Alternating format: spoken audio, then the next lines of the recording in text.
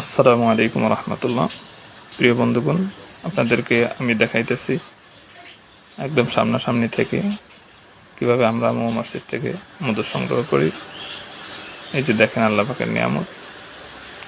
এই উপরের অংশ হলো মধু, যেখানে মোটা অংশ দেখতেছেন সেটা হলো মধু। জি দেখাইবে এখন। দেখেন মধু কিভাবে জমে থাকে, আল্লাহ পাকের নিয়ামত। আর ওই জায়গায় হলো বাচ্চা।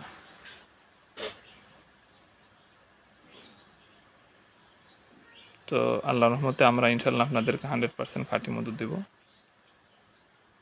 এখন মধু নামানো হবে, তার আগে আপনাদেরকে একটু ভালো করে দেখাই চাকটা। দেখেন কত সুন্দর চাক, অনেক বড় চাক। তো আপনারা যদি খাঁটি মধু পেতে চান আমাদের সাথে যোগাযোগ করবেন।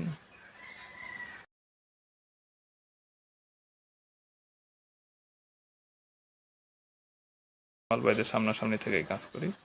এই যে দেখেন আলহামদুলিল্লাহ, একটু দেখাই আপনাদেরকে। জি ভাই, এদিকে রাখেন। এই যে দেখেন কত সুন্দর, আলহামদুলিল্লাহ।